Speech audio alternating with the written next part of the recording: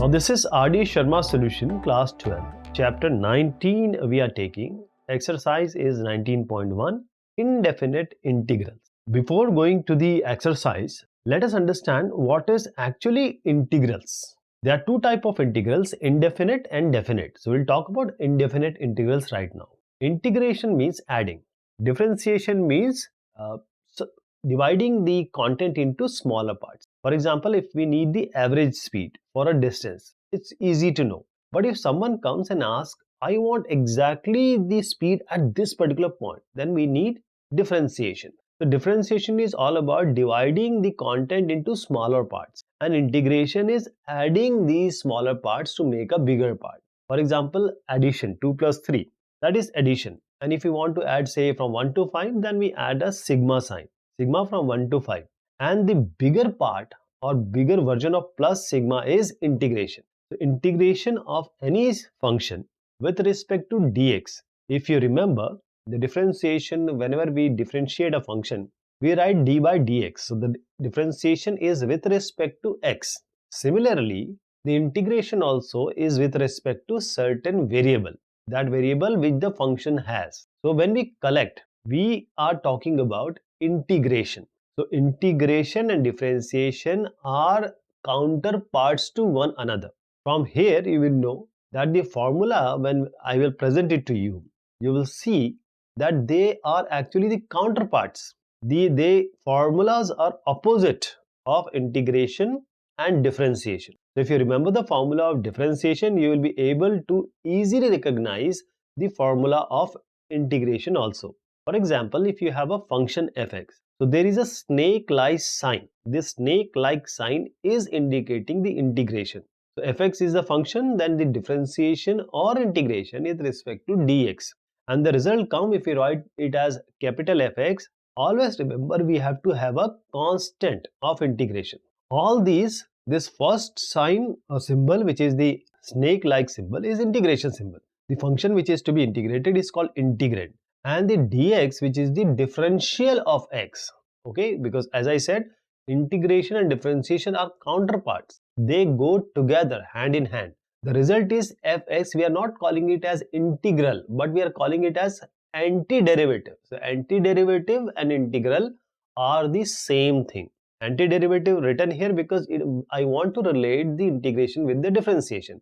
And of course, we have the constant of integration. For example, if you differentiate x plus 5, differentiation of x is 1, but the differentiation of a constant value is always 0. Similarly, if you have another function, say x square plus 5, again this scenario remains the same. Differentiation of x square is 2x, but the differentiation of 5 is 0. So whenever we differentiate, the constant part is eliminated.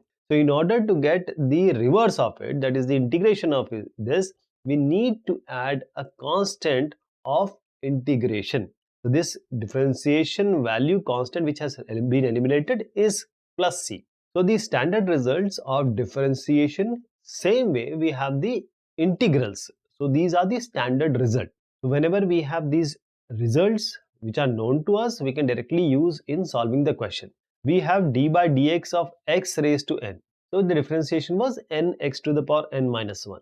But when we integrate it, what do we get? So as I am saying again and again, integration is opposite of differentiation. So integration of x to the power 1 is x to the power n is x to the power n plus 1 by n plus 1. Now what do you see here? Now this has come if you try to differentiate this one. That is the right part. The right hand side I am differentiating now. You will see that the left part will come. The differentiation d by dx of x raised n plus 1 by n plus 1 is n plus 1 can come in the front, that is in the denominator, and x to the power n minus 1, that is the differentiation, so n plus 1 come in front, x raised to n plus 1, n x to the power n minus 1, so n plus 1 minus 1 is n only, x to the power n, and n plus 1 gets cancelled, so you get x to the x raised n. So now you can imagine and anticipate that how this differentiation and integration are counterparts. Integration is all about this symbol which is the snake-like symbol, and integration differentiation, they cancels out as they are opposite. You can say they are inverse of each other. They are reciprocal of each other.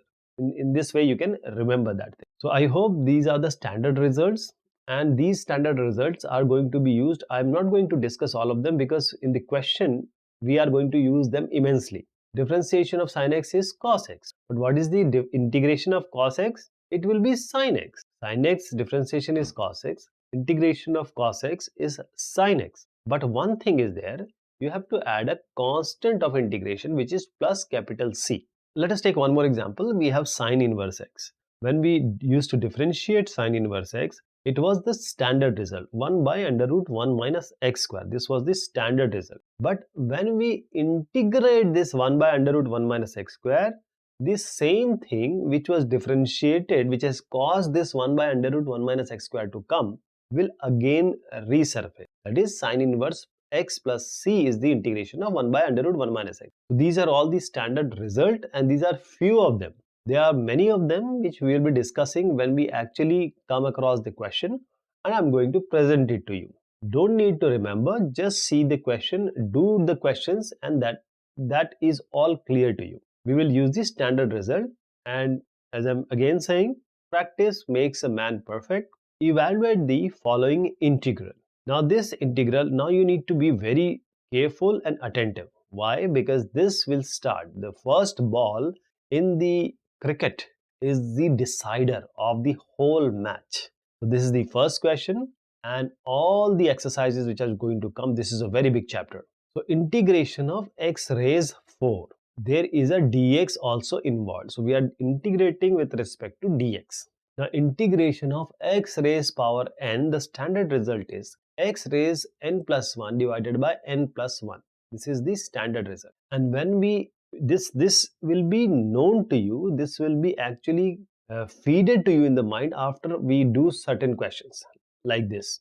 N is 4 here, use this formula. X raised 4 plus 1 divided by 4 plus 1. And there is always a constant c that needs to be added. X raised 5 divided by 5 plus c.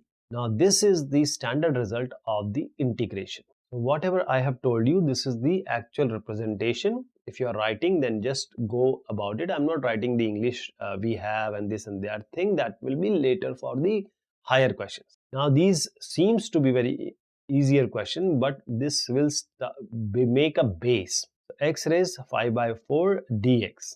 Again, x raised n. So n is 5 by 4, and we have a standard result. We just have seen in the previous question. It is x raised n, integration is x raised n plus 1 divided by n plus 1.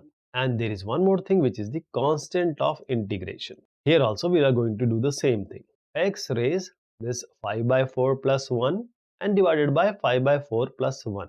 So x raised n plus 1 divided by n plus 1, and again the constant c I'm going to add just now. So 5 by 4 plus 1, if you have any problem, the only thing is cross multiplication. 5 into 1, write it here.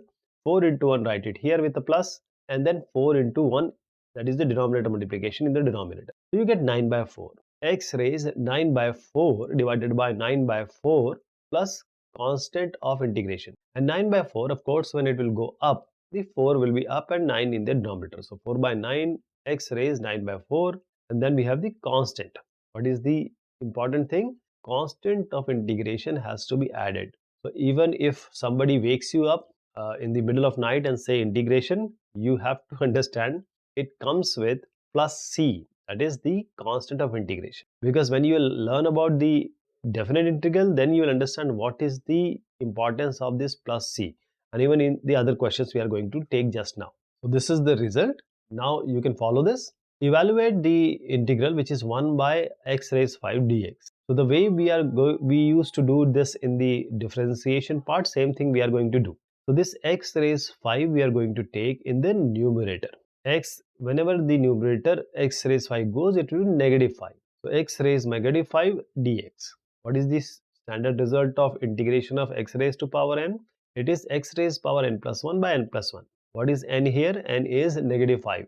So now use the formula. Negative 5 plus 1 is negative 4. So x raised 4, negative 4 divided by n plus 1 again. So negative 4 in the denominator. So now you have known the basics of integration, how it is performed. Don't forget this plus c. This is how it is done, which I just explained you. Next one is integration of, there are certain different kind of flavors of the basic formula of integration. of x raised n. So we have x raised 3 by 2 in the denominator. We'll take this denominator to the numerator, that is x raised negative 3 by 2. And this is 1 by x. 1 by x will go up, x raised minus 1. That is x raised minus 1 is simply 1 by x. It is the standard result. So same thing we are applying here. X raised negative 3 by 2 goes up.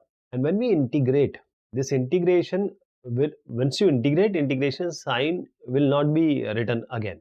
This is the result. So x raised n plus 1 divided by n plus 1, n is negative 3 by 2. We are actually adding 1 with negative 3 by 2. So 2 minus 3 by 2 is just negative 1 by 2. Negative 1 by 2, and anything to the power 1 by 2 is nothing but root only. If you write x raised half, that is simply meaning you are talking about root x. So x raised negative half divided by minus 3 by 2 plus 1 is n plus 1. Again negative half in the denominator, so this negative half 2 will go up. This is not minus half, 2 will go up. So I'll just cancel this. So this negative 2 will go up. Final result is negative 2 divided by x raised negative half will come in the denominator. It is x raised half, which is root x. So negative 2 divided by root x is the final result, but there is one more thing which is remaining, which is the plus c, constant of integration. So this is the result. This is how we have done. Evaluate the following integral. Again, this is a different kind of question, that is different formula we are going to use. The standard result of a raised x dx is simply a raised x divided by log a. A is a constant, x is a variable. So the log is base e, remember. This a here is 3. We'll use the standard result, and this is 3 raised x divided by log base e is already there. So log base e, we generally write it as ln. This is ln. ln 3. 3 raised x divided by ln 3. Constant of integration, don't forget. So now these two formulas we have taken. This is the standard result, only one line solution. Now evaluate the following integral. So if it would have been under root x square, for example, under root is simply power 1 by 2. So since x square is there and it would have been, I'm just imagining, I'm just guessing. So if it is under root x square, this x square to the power half, under root is simply to the power half. So x square to the power half, and this power and the power can be multiplied. So 2 into 1 by 2 is 1 only. So under root x square is simply x if it would have been under root. But the scenario is different here. I'll just show you. 1 by cube root of under root x square. These things have changed here. I'm just saying that under root 3 is there. It can be under root 4, under root 5. So it can be nth root. Nth root. It can be any n. I told you about 2. The question is about 3, but it can be any n. So the third root of this x square, what do we get? This is x square, and this third root is simply raised to the power 1 by 3. The root or the nth n comes as the 1 by of n.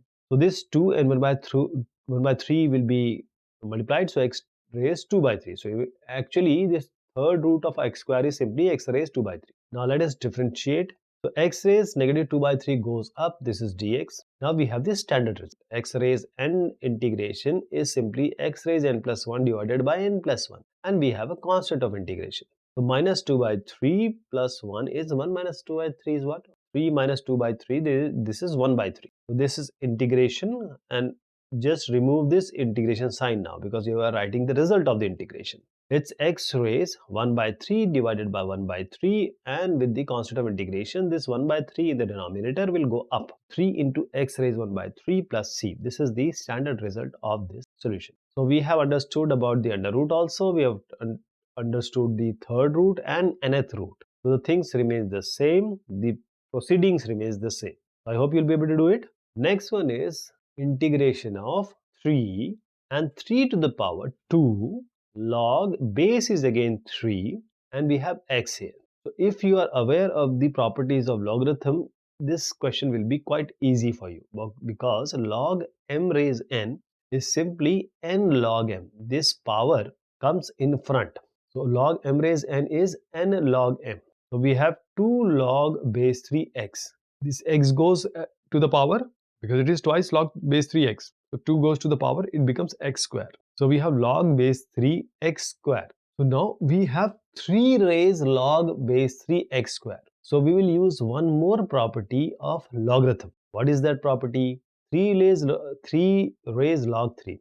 Now you know when you have a constant and the base is also constant, this gets cancelled out. In log and exponential, you have learned about it. So if you have a raised log base a, this get cancelled. So you only get this x which is inside. But here we have x square inside.